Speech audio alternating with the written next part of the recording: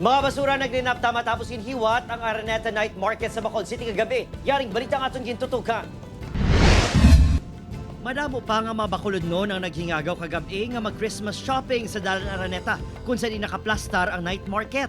May ukay-ukay, ang panganan, mga nagrain-lain nga pangregalo kag food stalls. Nagingagaw gid ko kami kulang gid ang regalo ko kay hindi pwede gid yan na makulang gid ang regalo sa family. Oo, may big gid na iya. Food trip naman ang gin-enjoy isang sininga grupo.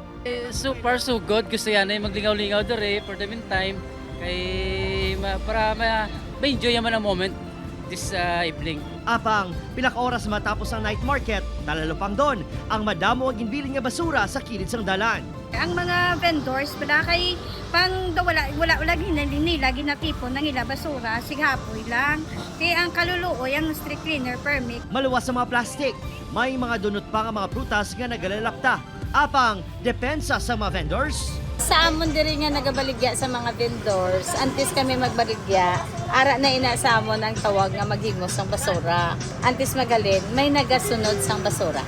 Liwat nga nagpanugyan ang LGU sa vendors pati sa mga customer nga mga responsable sa paghaboy sa basura. Adrian Pretos, One Western Visayas.